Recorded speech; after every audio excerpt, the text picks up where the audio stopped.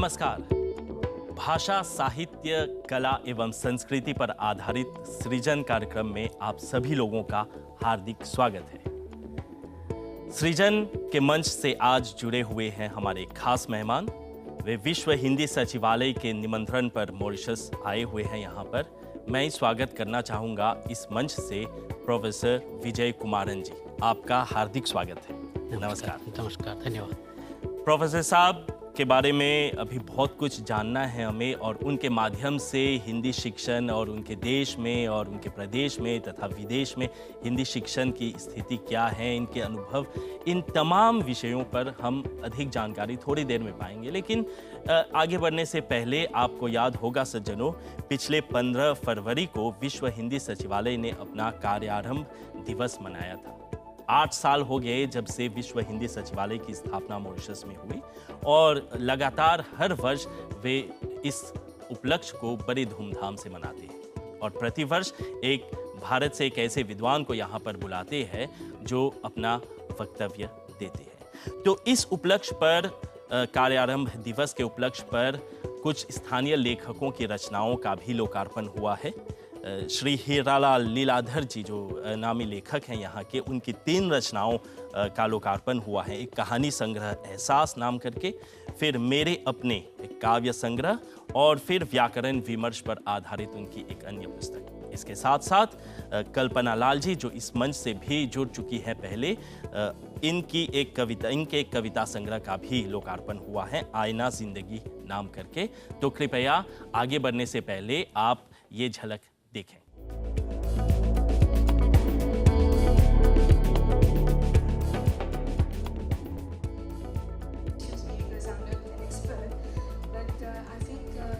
उसका एक हिस्सा है। हम पूरी कोशिश करते हैं कि भारत से जो भी विद्वान आते हैं वो देश भर में जहाँ रास्ता बनाए रखिए, जो है उसको बढ़ाते रहिए। का अनुभव भी होता है, महसूस करता हूँ, कुछ कमजोरियों का भी होता है।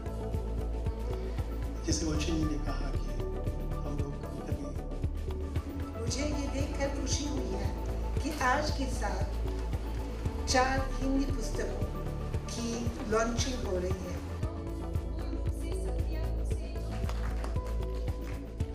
अब हम बढ़ते हैं तीसरी पुस्तक के लोकार्पण की ओर।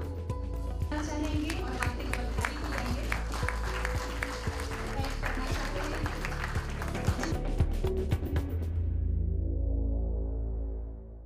धन्यवाद। तो चलिए आज मिलते हैं हम अपने मुख्य अतिथि से, प्रोफेसर विजय कुमारन। प्रोफेसर विजय कुमारन जी, आपके बारे में बहुत कुछ बोलना है मुझे इंट्रोडक्शन में, लेकिन मुझे लगता है हम इसको ऐसा बनाएं कि आपके बायोडाटा में जितना कुछ है वो आप अपने अनुभव के माध्यम से हमारे दर्शकों को आप बताएं। तो मूलतः आप विजिटिंग प्रोफेसर रहे सेंट्रल यूनिवर्सिटी ऑफ केरला से, और अनेक पदों को संभालते हुए आप हिंदी की सेवा कर रहे हैं, और काफ़ी बड़ा नाम है। मैं आपको बताऊं, प्रोफेसर विजय कुमारन, विशेषकर अनुवाद के क्षेत्र में और रिसर्च और शोध के क्षेत्र में। तो थोड़ा सा आप सबसे पहले मॉरिशस के अपने अनुभव के बारे में थोड़ा सा बताइए, कैसा लग रहा है यहाँ पर आकर?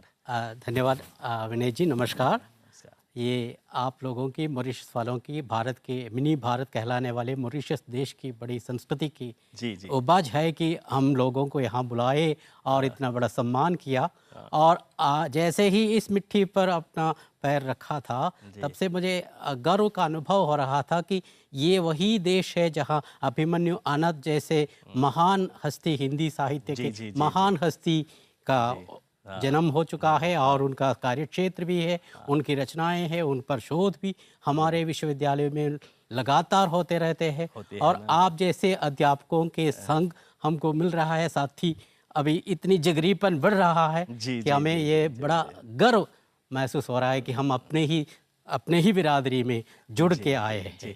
बहुत धन्यवाद इसके लिए। आप बताइए, आप केरल से हैं मूलतः, और आपकी मातृभाषा हिंदी नहीं है? जी नहीं, मलयालम है आपकी मातृभाषा। तो हिंदी के क्षेत्र में आपका पदार्पण कैसे होता है और कैसे आपकी पढ़ाई आगे बढ़ती है, थोड़ा सा हमारे दर्शकों को बताइए। जी। ये हिंदी के प्रति मेरी जिज्ञासा बिरादरी से मुझे मिली है। अच्छा। चूँकि मेरे पिताजी सेना में, फौजी में सेवारत थे। अच्छा। तो फौजी को अनेक भाषाएं आती थी। खासकर भारत में मेरे पिताजी को 13 भाषाएं आती थी। 13 भाषाएं? 13 भाषाएं आती थी और उनमें सबसे पहली भाषा उन्होंने हिंदी को मानी।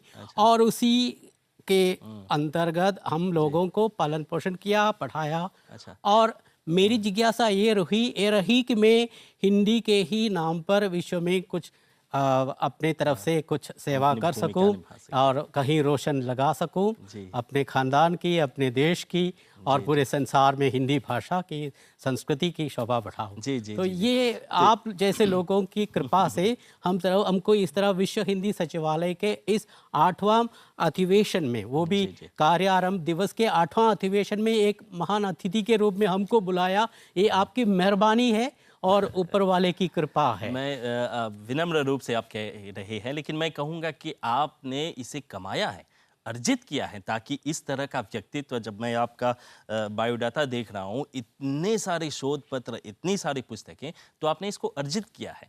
तो ये बहुत खुशी की बात है कि आप जैसे विद्वान हमारे सृजन कार्यक्रम से जुड़े और मॉरिशस आए। तो थोड़ा बताइए, आप यूनिवर्सिटी में कितने, लगभग 36 वर्षों से अधिक आपने पढ़ाई जी, की। जी, जी। कहाँ पर आपने जी, पढ़ाई? वैसे मेरे पहले अध्यापन कार्य कन्नूर विश्वविद्यालय के अधीन पय्यन्नूर महाविद्यालय में शुरू हुआ था। अच्छा। 1969 में। अच्छा। तब से लगातार ये स्थायी नियुक्ति हमारी हुई थी। जी, जी। और जहाँ मैं पढ़ रहा था उसी कॉलेज, उसी महाविद्यालय में 2 साल बाद अध्यापक बनकर मुझे जाना पड़ा। अच्छा। और वहाँ मेरे साथी भी, क्योंकि वहाँ प्री यूनिवर्सिटी एवं डिग्री अलग अलग थे, तो मैं डिग्री कर रहा था, तो प्री यूनिवर्सिटी के प्री डिग्री जैसे कहते थे वहाँ पे, वहाँ के मेरे साथी मेरे क्लास में जाकर बैठे 3 साल बाद। अच्छा, क्योंकि अच्छा। डिग्री में, इसीलिए वो अनुभव बड़ा मनोरम था। बड़ा अच्छा रहा। और इस तरह शुरुआत हो गई और वहाँ से 2007 तक लगातार मैंने वहाँ पढ़ाया और देश विदेश की यात्राएं की और रचना कार्य, सृजन कार्य सब कुछ जारी रखा। ये सब और पिताजी का नाम और खानदान का नाम, भारत का नाम रोशन करता रहा। जी, जी, जी। और वैसे 2007 में और एक सौभाग्य मुझे प्राप्त हुआ कि वैयादोलिद विश्वविद्यालय स्पेन में विजिटिंग प्रोफेसर के रूप में चुनाया गया। अच्छा। और वो भी एक राष्ट्रीय निमंत्रण पाकर एक साक्षात्कार जो दिल्ली में हुआ था, जिसमें 165 अभ्यागत आचार्य आए थे, उनमें से 5-6 के चयन हुए थे, तो एक मेरा नाम था उसमें। अच्छा, तो आपका अनुभव मतलब बिल्कुल अलग रहा होगा स्पेन में। थोड़ा सा बातें बिल्कुल कैसे, सही है, बिल्कुल आप स्नातक स्तर तक पढ़ाई होती थी वहाँ जी पर? जी जी जी। वैसे वहाँ जाकर ये पता चला कि हमको जैसे ज़मीन आसमान की फ़र्क पड़ता था केरल और स्पेन के हिंदी अध्यापन में। अच्छा। क्योंकि वहाँ स्पेनी में हिंदी का नाम ही नहीं था। लेकिन एक हमारा राजदूत आवास और एक वहाँ का सांस्कृतिक कार्यालय कासा दला इंडिया, जो भारत भवन के नाम से जाना जाता है। अच्छा। भारतीय संस्कृति और हिंदी को इतने प्रोत्साहन देते आ रहे हैं और वहाँ के जितने भी उत्सुक अध्येता मुझे मिले, वे करीब 18 साल से लेकर 80 साल तक थे। इसका मतलब वहाँ के मेरे विद्यार्थी, मेरे छात्र 18 साल से लेकर 80 साल तक उम्र वाले थे। और उनके लिए हमने कक्षाएं ऐसे योजना बनाई कक्षाओं की, जो कि उनके कार्य मुक्त होने पर वे कहीं कहीं सेवारत है, कहीं कहीं स्टूडेंट अध्यापक है, कहीं स्टूडेंट है। तो उनके जब असली जो सेवा कार्य और उनका रचनात्मक कार्य या शिक्षण कार्य संपन्न हो, उसके बाद फिर हिंदी पढ़ने आए। तो इसको हमने इस तरह का कोर्स का रूपायन कर दिया। तो वैसे कुर्सो इनिशियल ये पहले का कोर्स रखा हमने। अच्छा। यानी कि प्रारंभ के रूप में। और उसी वक्त राजदूत से और स्पेन से एक और प्रयास उन्होंने हमको बताया कि हम इंटेंसिव कोर्स रखेंगे हिंदी के। अच्छा। ताकि ये जो स्पेनी वाले जो है भारत भ्रमण चाहते हैं, तो उनको वो जबान आए जो हमारी है। तो हमें ये सौभाग्य, मतलब एक्सपोजर मिले भारत में, एक्सपोजर मिले। और हमने अपने स्पेनी छात्रों को पहले ही क्लास में ये पूछना शुरू किया कि आप हिंदी क्यों पढ़ते हैं। अच्छा। तो उनका जवाब था कि हम भारत को जानना चाहते हैं। अच्छा। हम भारत की जबान में बोलना चाहते हैं। हम यहाँ तक कि वे कहते हैं हम भारतीय फिल्मी सितारों से शादी करना चाहती है। ये वहाँ की लड़कियां हमको बता रही थी। और भारतीय संस्कृति से वे इतने हिल मिल गई है, तो हमको फिर रहा नहीं गया। तो फिर इंटेंसिव कोर्स ख़त्म हो गया, कुछ पीछे तो भारत भ्रमण को लिया है, फिर हमने इनिशियल कोर्स शुरू कर दिया, फिर उसके बाद हमने माध्यमिक कोर्स के रूप में इंटरमीडियो, हिंदी इंटरमीडियो शुरू कर दिया। फिर हमने एक और कोर्स शुरू कर दिया जो हायर लेवल पर है, हमारे पीजी लेवल के बराबर के, डिग्री स्नातक और पीजी लेवल के बराबर के हिंदी अवन साधो एडवांस लेवल पर कोर्स शुरू कर दिया। और इस कोर्स के दौरान हमको लगा कि वहाँ उनको पढ़ाई के लिए, सुचारू रूप से पढ़ाई के लिए कोई किताब उपलब्ध नहीं है। तो हिंदी में 2-3 किताबें स्पेनी के माध्यम से, लेकिन वे उनके अपने संदर्भ के अनुकूल नहीं है। खासकर ये अध्ययन के अपने जो परिचय के मुताबिक ये लगा कि ये वो जो किताबें 2-3 किताबें ही तो आई थी, एक अनाथ थापर की और एक मैखल की, तो ये किताबें अधूरी रही। तो हमने सोचा कि उनके लिए एक किताब भेंट करें। तो विश्वविद्यालय, वहाँ के वल्लदौलित विश्वविद्यालय ने हमसे अनुरोध किया कि हम किताब का निर्माण करें या रचना करें, वे उसके प्रकाशन करेंगे। तो ये और हमारे लिए पाठ्य पुस्तक बनी, पाठ्य पुस्तक के रूप में बनी। वही आपकी रचना हिंदी फासिल। हिंदी फासिल, बहुत ठीक आपने कहा। हिंदी फासिल ये किस भाषा में है? सरल भाषा, ये स्पेनी भाषा में। स्पेनी भाषा में फासिल का मतलब सरल है, ईसी। तो ईसी हिंदी, हिंदी फासिल। और उसमें हमने ऐसी सरलता रखी ताकि हिंदी पढ़ने वाले जो अनजान दूर देशों के लोग हैं, उनको स्पेनी माध्यम से हिंदी के प्रारंभिक पाठ जल्दी से समझ में आया, आसानी समझ में आए। तो उसमें हमने हिंदी के शब्द, हिंदी के ध्वनि, हिंदी के संरचनाएं, हिंदी के व्याकरण सब ऐसे मिलाए जिसमें स्पेनी माध्यम से ही उसका पठन पाठन हो। और साथ साथ हमने इनके लिए एक सीडी भी बनाई जो स्वयं शिक्षक के रूप में उनके घर घर या कहीं भी आजकल के तकनीकी माध्यमों में काम आए। तो इस रचना में मैंने ऐसा किया, मेरे एक उत्सुक छात्र, जागरूक छात्र रहे, समर्थ छात्र रहे, हेसूस नाम से। वो 3 साल मेरे साथ हिंदी पढ़ चुके थे, तो उसको भी मैंने अपने सहलेखक के रूप में रखा। बहुत अच्छा। तो उन्होंने भी अपने ही, हम दोनों की भूमिका में उन्होंने लिखा एस्तुदियांते हिंदी, यानी स्टूडेंट ऑफ हिंदी। वही गर्व से उसने ये नाम रखा। तो इस तरह वो उस किताब का रूपायन हो गया। 675 पृष्ठ की वो मोटा ग्रंथ है, मोटा रामचरितमानस बड़ा वाला ग्रंथ है, उसी आकार का है। हाँ, और उसी ग्रंथ का लोकार्पण भी इस तरह एक अकादमीय सभा में स्पेन में हुआ था, जहाँ एम्बेसी के राजदूत के, भारतीय राजदूत के ही नहीं, भारत के कई प्रोफेसर, अध्यापक, यूजीसी के चेयरमैन और विशेषज्ञ और स्पेन के समांतर संस्थाओं के विद्वान लोग इकट्ठे हुए थे। वही वहाँ के वाइस चांसलर के द्वारा, पिलार ग्रासियास उनका नाम था, उनके कर कमलों से उस किताब का लोकार्पण हुआ था। और उसकी प्रतियां ऐसी बिक रही है जैसे बता रहे हैं कि अभी उसके एक पेपरबैक संस्करण भी वे निकालने जा रहे हैं। तो मूलतः ये ग्रंथ हिंदी में है और उसमें मतलब स्पेनिश और हिंदी है, दोनों माध्यम में। यानी कि हिंदी जो है, हिंदी का स्पेनी लिप्यंतरण है।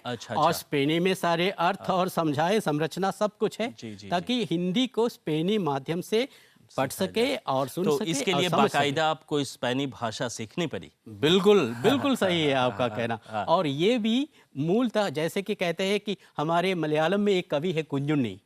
कुंजुन्नी छोटा कवि है, मतलब कद में वो छोटे हैं लेकिन बड़े कवि है। कुंजुन्नी का मतलब छोटा है।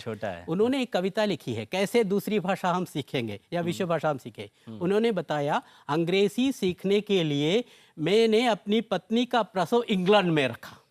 तो इसका मतलब बच्चे जन्म से ही तो वो सवाल में पढ़ते आए। कुंजुन्नी मास्टर की रचना को हमने हृदयस्थ कर दिया। तो हमने स्पेनी का अध्ययन अभी वही किया। 1 महीने का इंटेंसिव कोर्स किया था, जहां मेरे फैमिली भी नहीं आई थी पहले महीने में। वहां मैं अकेले उस कोर्स में यानी इंटेंसिव कोर्स ऑफ स्पेनिश, वो भी विदेशियों के लिए, जहां मेरे साथ यूरोप के कई थे, जापान के थे, कोरिया के थे, अमेरिका के थे हमारे साथी क्लास में। तो ऐसे साथ में हम बैठे और उस कोर्स को हमने पूरा किया 1 महीने में। जुलाई में हम गए थे, अगस्त तक वो पूरा हो गया पाठ्यक्रम। और उसके बाद उस पाठ्यक्रम में भर्ती होने के लिए भी एक परीक्षा थी। अच्छा, तो हाँ, उस हाँ, परीक्षा में की बात मतलब कैसी पहले थी? आप स्टूडेंट बने फिर स्टूडेंट आप बने, बिल्कुल सही है, बनना बिल्कुल पड़ा, सही है। बनना वो पड़ा। परीक्षा लिखते लिखते हमको मालूम हो गया, परीक्षा में मेरा नंबर एकदम अंतिम हो गया। अरे क्योंकि बाकी सब लोग तो अभ्यस्त थे, मेरा तो कभी परिचय ही नहीं, एकाध उच्चारण और एकाध अच्छा, वर्तनी हाँ, ही तो हाँ, मालूम वो था। तो है। लेकिन जब लेकिन उत्तर अंततः जब निर्णय आ गया, परीक्षा निर्णय आ गया, मेरे से आश्चर्य का ठिकाना नहीं रहा कि कुलपति महोदय आए, कुलाधिपति महोदय आए और हमारे डायरेक्टर कासादला इंडिया के आए और उन्होंने कोई रास मेरे सामने नहीं खोला कि क्या होने वाला है। सिर्फ इतना ही बताया, आपको प्रमाण पत्र दिए जाने वाले हैं, डिग्री दिए जाने वाले हैं। और उसमें पहला नाम मेरा बुला रहे थे, अरे वाह, तो बताया गया कि आप फर्स्ट आ गए, पहले आ गया नंबर। बहुत अच्छा। तो इस तरह अगस्त से वहाँ का हिंदी पाठ शुरू हो मैं गया। आपसे ये जानना चाहूँगा, देखिए चूंकि आप भारत में पढ़ा चुके जी, जी। और आप एक ऐसे अहिंदी भाषी क्षेत्र में आप जी, जी। पढ़ा रहे हैं दक्षिण भारत जी, में, जी।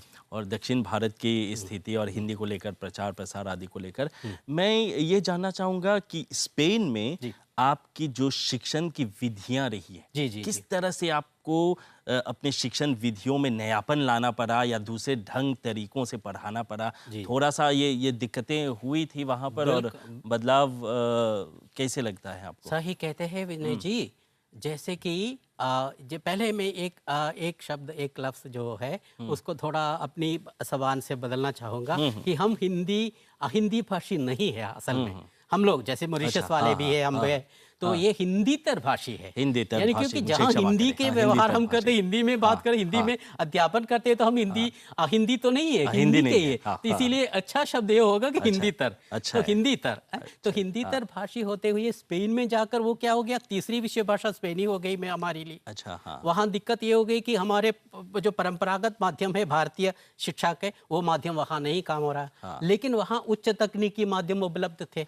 अच्छा, तो उस माध्यम से पावर पॉइंट के अभ्यस्त होना पड़ा आपको हाँ, धीरे-धीरे। पावर पॉइंट के सहारे और प्रयोगशाला के, भाषा प्रयोगशाला के सहारे ये आवश्यक हमको होता है। बहुत सावधानी से उन सारे पाठ्यक्रमों को लिखाना। यहाँ तक कि जहाँ भारतीय सांस्कृतिक संबंध परिषद ने हमको भेजा था, वहाँ के निदेशक महोदय अशोक दास जी हमारे क्लास के निरीक्षण के लिए स्पेन आए, हमारे क्लास में बैठे। अच्छा, जब मैं पढ़ा रहा था तो उन्होंने ये देखा कि कैसे मैं पढ़ा रहा हूँ, क्योंकि इंटरव्यू में भी हमसे यही पूछा था, जो कि मॉरिशस या भारत के विदेश में कहीं भी आपको इस तरह कहा, जिसको भाषा नहीं आती, जिसको जबान नहीं आती, जिसको कोई मतलब या लिपि तक नहीं आती, लिखना तक नहीं आता, यहाँ तक कि जो स्पेनी वाले उच्चारण पहले में लिखते थे पता नहीं कि वो उल्टा है कि सीधा है, वो भी उनको पता नहीं है। तो ऐसे में कैसे पढ़ाए? तो इन्होंने हमारे वो डायरेक्टर साहब अशोक दास जी हमारे क्लास में, कक्षा में स्पेन में बैठकर ये निरीक्षण कर चुके थे कि हम क्या पढ़ा रहे हैं, कैसे पढ़ा रहे हैं। तो इसीलिए हमको उसमें दक्षता हासिल हो गई, क्योंकि हमने पहले बच्चों से कह दिया कि हम आपको हिंदी में आपके साथ देने आए हैं। जी, जी, जी। पढ़ाने का नाम हमने नहीं लिया, साथ देने आए हैं। आप हमको अलग ढंग, अपने अलग अपनी तरीकों भाषा, से, अपनी भाषा में, अपनी स्पेनी में हमको सुधारते जाइए, क्योंकि स्पेनी के माध्यम से ही उनको पढ़ाना था। और अंततः मैं कहूँगा कि ये दो तरफा हो गया। दो तरफा। आपकी अपनी स्पेनिश पॉलिश होती सुधरती गई और उनकी उनकी अपनी हिंदी मैं करता रहा। बहुत अच्छा, तो बहुत ये अच्छा। दोनों तो तरफ आपका बैकग्राउंड, मतलब जब मैं पीएचडी की बात कर रहा हूँ, तो क्या भाषा विज्ञान से संबंधित आपने अपना शोध किया था? जरूर किस पर था वो? बिल्कुल सही आपने समझा है, आपने जाना है। मेरा शोध विषय था अनुवाद, सौंदर्य शास्त्र एवं तुलनात्मक अध्ययन। ये तीनों से जुड़कर, क्योंकि अनुवाद ऐसा ही माध्यम है जो दुनिया भर को जोड़ने वाला साहित्यिक, और इस पर मैं देख रहा हूँ आपने काफ़ी अंतर्राष्ट्रीय स्तर पर लगभग 21 देशों में आपने सेमिनार में भाग लिया, अंतर्राष्ट्रीय सम्मेलनों में भाग लिया, और विशेषकर आपने अनुवाद और सांस्कृतिक अनुवाद आदि पर आपने काफ़ी पेपर पढ़े। थोड़ा सा अपने अनुभव जी बात ये। वैसे पहला मेरा अमेरिकी संगोष्ठी, अंतर्राष्ट्रीय संगोष्ठी फ्लोरिडा विश्वविद्यालय में हुई थी। वो भी सौभाग्य से तुलसीदास और उनके साहित्य पर थी। अच्छा। और वो भी वेव्स जैसे एक संगठन जो है वर्ल्ड एसोसिएशन फॉर वैदिक स्टडीज के तत्वावधान में वहाँ के हिंदू विश्वविद्यालय ने वो संगोष्ठी चलाई थी। अच्छा, हाँ। और वहाँ मैंने तुलसीदास को एक नए सिरे से प्रस्तुत कर दिया और शायद श्रोताओं को पसंद आ गई। उसके बाद फिर कई न्योते आने लगे, निमंत्रण आने लगे, तो वहाँ से मेरी शुरुआत हो गई। जी जी। फिर वही आलेख विश्व भारती नामक एक विश्व भारती विश्वविद्यालय है केरल में, भारत में, वहीं से विश्व भारती पत्रिका में छप के आगे, पहले आलेख के रूप में जी जी छप के आगे। और फिर मेरा 2-3 बार फिर अमेरिका जाना हुआ ऐसे ही अंतर्राष्ट्रीय गोष्ठियों में। एक बार ऐसा हुआ था कि अमेरिका के गोष्ठी संपन्न होते होते मुझे वेल्स में, यूके में, इंग्लैंड में और गोष्ठी करनी पड़ी, तो एक दोनों को मैंने एक साथ चुना, पहले अमेरिका और उसके बाद वेल्स में। तो वेल्स के अनुभव आपके कैसे रहे वहाँ पर? वेल्स का अनुभव भी बढ़िया है, क्योंकि वेल्स में, वेल्स विश्वविद्यालय में आप जानते ही है ना, आप सब जानते ही है कि ये यूके का या एक राज्य है। हाँ, राज्य है, एक राज्य है। और वहाँ जहाँ चार्ल्स राजकुमार का बचपन हुआ था और उनका घर रहा था, वही हमारे लिए अतिथि गृह के रूप में रखा था। अच्छा। और फिर माहौल भी ऐसा ही था, वो विषय भी ऐसा ही था, कॉन्टेम्पररी लेजेंड कॉन्फ्रेंस। तो ऐसे लेजेंड और लोक तत्व, संस्कृति, सब कुछ केरल से, खासकर जहाँ मैं दक्षिण भारत का हूँ, उस मिट्टी से लगी हुई है ऐसी संस्कृति। तो उसको पनपते हुए मैंने वहाँ इस तरह का प्रदर्शन, अपने आलेख वगैरह प्रदर्शित कर दिया। तो ये भी संपन्न हो गया। फिर यूरोप में पूरा का पूरा भ्रमण कर दिया, ताकि मुझे 4 साल लगातार वहाँ स्पेन में पढ़ाने का मौका मिला। और पुस्तकों में मैं देख रहा हूँ आपकी काफ़ी, लगभग 8 पुस्तकें प्रकाशित हैं, और लगभग निजी पुस्तकें और लगभग 20 से अधिक सहयोगी पुस्तकें। तो जैसे मैं देख रहा हूँ कि आपने रामचरितमानस और सांस्कृतिक अनुवाद पर प्रकाशित किए, या पोस्ट पार्टीशन इंडियन एक्चुअलिटी इन हिंदी नॉवेल्स आदि। तो थोड़ा सा, या फिर comparative aesthetic study of the Malayalam poetry translated into Hindi. तो विशेषकर आपकी पुस्तकों का क्षेत्र अनुवाद ही रहा, अनुवाद और लोक साहित्य और तुलनात्मक अध्ययन, ये चारों वैसे अनुशासनों से जुड़कर मेरा कार्य रहा था। जैसे बताया गया है कि अभी शोध कार्य मैंने इस तरह 2-3 अनुशासनों से जुड़कर चुना। इसके बाद फिर भक्ति साहित्य पर मेरी रुचि रही। और अष्टचाप के साहित्य में उपलब्ध इतिहास पर मैंने एमफिल की उपाधि प्राप्त कर ली, और उस पर भी आलेख, किताबें छप गई, अलग से छप गई। और फिर उसके बाद फिर अनुवाद पर मैंने शोध भी किया, शोध कराया भी है। उत्तर शोध के जो अनुदान मिलते हैं, ऐसी योजना परियोजनाएं भी मैंने की है। और अंतिम बृहद शोध परियोजना के रूप में मुझे ये भारत विभाजन और परवर्ती इतिहास की किताब का निर्माण करना में सहायता पहुंची। वो अभी 2013 की किताब है, हिंदी उपन्यासों में चित्रित भारत विभाजन की वास्तविकता। अच्छा। तो ये अंतिम मतलब 2013 तक की रचना थी। उसके पहले की किताब थी, वो भी एक परियोजना के उपज बनी। वो है रामचरितमानस और सांस्कृतिक अनुवाद, जिसमें हमने एक अनुबंध के रूप में एक आलेख ऐसा लिखा था, ऐसा छपवाया था, जो अमेरिका के हिंदी विश्व में प्रकाशित होकर आए थी। वो अनुवाद, वो शीर्षक है रामायण एक सवारी 100 रुपये। रामायण की नौटंकी, वो स्पेन में। अच्छा, तो रामायण हमने स्पेन में मंचित करवाया। भले ही वहाँ रामायण का अनुवाद उपलब्ध थे, लेकिन और सारे रामचरितमानस से उनका मतलब ही नहीं था। तो हमने पहले आरंभिक श्लोक, जैसे सारे विद्वान जानते हैं, वर्णानाम अर्थ संघानाम रसानाम छंदसामपि मंगलानाम च कर्तारौ वंदे वाणी विनायकौ। इस मंगलाचरण को प्रस्तुत करने के लिए शाब्दिक अनुवाद, और जैसे ही वहाँ गद्यानुवाद उपलब्ध है, उसको हमने छोड़ दिया। वो तो पहले से एलेना का दिया हुआ अनुवाद है उपलब्ध। हमने उसके लिए अलग से मंच खड़वा कर दिया, एक मुख्य मंच, और उसके बगल में एक और मंच, जिस पे हमने पूजा पाठ करवाया। गणेश की मूर्ति रखी, सरस्वती की मूर्ति रखी, और एक पुजारी को रखा जो पूजा पाठ करते रहे। और हम सब रंगकर्मी के साथ, मैं प्रोफेसर भी उनके पीछे लग गए, और सारे प्रसाद लेकर फिर बहुत ही शुरू हो गया। बहुत ही रोचक मुझे दिख रहा है। और उसके लिए हमें यहाँ से तिपहिया गाड़ी यहीं से लेनी पड़ी, साइकिल रिक्शा यहीं से लेनी पड़ी भारत से। हमने वहाँ से आयातित कर दिए कि ये 2 साइकिल रिक्शाएं। अच्छा। क्योंकि वो रामलीला ऐसे घोषित करते हुए वो नाटक शुरू हो रहा था। बहुत धन्यवाद इसके लिए। और अब देखें दर्शकों, समय बहुत कम है और प्रोफेसर साहब को बहुत कुछ कहना है। बहुत सारी चीज़ें छूट गई हैं, लेकिन मुझे आशा है कि एक अगले कार्यक्रम में इसको जारी रख सकते हैं। जैसे आपके अंदर करीब 5 और 6 पीएचडी छात्र पढ़ चुके हैं और बहुत सारे आर्टिकल्स लिखे हैं, आपको नेशनल एक्सीलेंस टीचर अवार्ड भी मिला है। तो इस प्रकार से प्रोफेसर साहब के साथ हमारा वार्तालाप यहाँ पर संपन्न हो चला है और इन्होंने विशेषतः अपने स्पेन और बाकी विदेशों में अपने अनुभव शिक्षण संबंधी इन्होंने बांटे हमारे सृजन के मंच से। तो मैं आपको बहुत बहुत धन्यवाद देता हूँ प्रोफेसर विजय कुमारन, आप जुड़े सृजन के मंच से। और मैं विशेषकर आग्रह करूँगा कि प्रोफेसर साहब के इसी कार्यक्रम का एक दूसरा भाग आएगा, अरविंद जी साथ लेकर आएंगे, तो आप ज़रूर देखिएगा। और कार्यक्रम के अंत तक हम लोग पहुँच गए हैं।